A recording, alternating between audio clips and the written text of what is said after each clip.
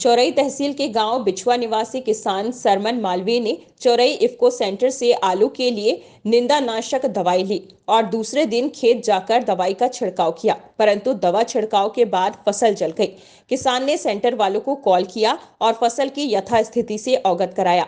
Company वालों ने आकर अतिरिक्त दवाई देकर फसल को ठीक करने की कोशिश की और किसान से फसल ठीक करने का दावा भी किया, परंतु फिर भी किसी प्रकार का कुछ परिणाम सामने न आने से 28 नवंबर को इफ्को कंपनी के कर्मचारियों के द्वारा फिर निरीक्षण किया गया और पाया गया कि फसल जड़ से ही खराब हो रही है।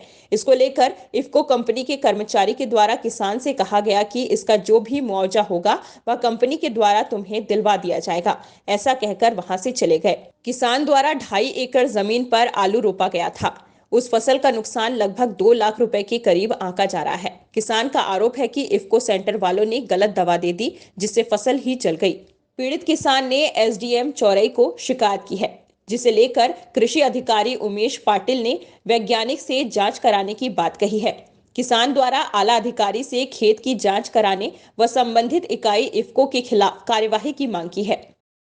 उसके बाद में वो हर दिन खेत आते हैं, खेत देखते हैं और चले जाते हैं। कहते हैं कि हम ऊपर से जो मुआवजा मिलेगा, बीमा मिलेगा, वो दिला देंगे। अभी भी आए ऐसे बोल के और चले। साहब आए थे अभी आए थे धर्मेंद्र। अच्छा, धर्मेंद्र सर आए थे और उनके साथ एक और लड़का था। तो अभी बोल रहे थे, बोले मैं तू अगर तैयार है तो बोले मैं इसका वो आकलन कर ले रहा हूँ, लेकिन मैं अभी पैसे नहीं दिलाऊंगा, ऊपर से देगी कंपनी। ऐसे बोले और चले गए। मैंने कहा अगर स्टाफ में आप तैयार हो लिखने के लिए, तो नहीं, बोले मैं ऐसा नहीं करता।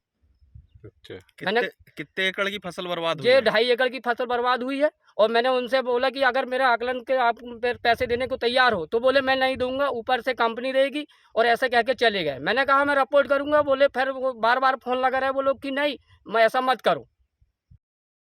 इधर इफ्को सेंटर चौरई के संचालक ने इस मामले में उल्टा किसान को ही दोषी ठहराते हुए कहा कि किसान ने ज्यादा मात्रा में दवा का छिड़काव किया है, जिससे फसल खराब हुई है। हालांकि इफ्को सेंटर के संचालक ने किसान की मदद की बात भी कही है, जिससे यह स्पष्ट होता है कि सेंटर वाले अपनी गलती को छिपाने का प्रयास कर रहे हैं। उन्होंने क्या कहा, आइए आपको सुनाते हैं। जो मैंने दवा दी थी वो प्याज में भी डलती है, लहसुन में डलती है, चाय में डलती है, मूंगफली में डलती है और आलू में डलती है, लेकिन उसका सबका डोज है जो अलग अलग होता है। मैंने बताया गया था कि 5 ml डलना है और किसान के द्वारा ज़्यादा डाला गया है, इस वजह से फसल झुलसी थी। और बाकी जो दवाई मेरे द्वारा ग्लूकोज डलवाने के बाद डाली गई है, उससे फसल में सुधार है और सहायता करूँगा और अपने द्वारा।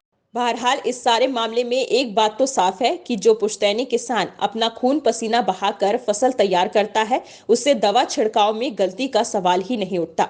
निश्चित रूप से आला अधिकारियों ने यदि इस मामले को गंभीरता से संज्ञान में लिया तो एक बड़ा घोटाला सामने आ सकता है।